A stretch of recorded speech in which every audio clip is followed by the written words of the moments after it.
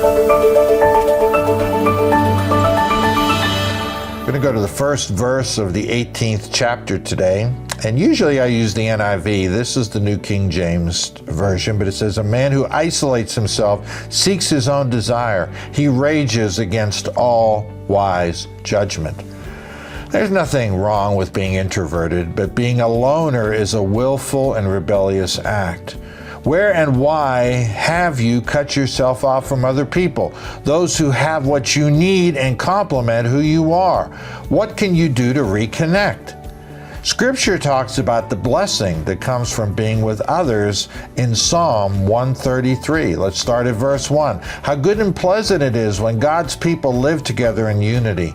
It is like precious oil poured on the head, running down on the beard, running down on Aaron's beard, down on the collar of his robe. It is as if the dew of Hermon were falling on Mount Zion, for there the Lord bestows his blessing, even life forevermore." And then remember that Jesus promised to be present where 2 or 3 are gathered in his name, as recorded in Matthew 18:20.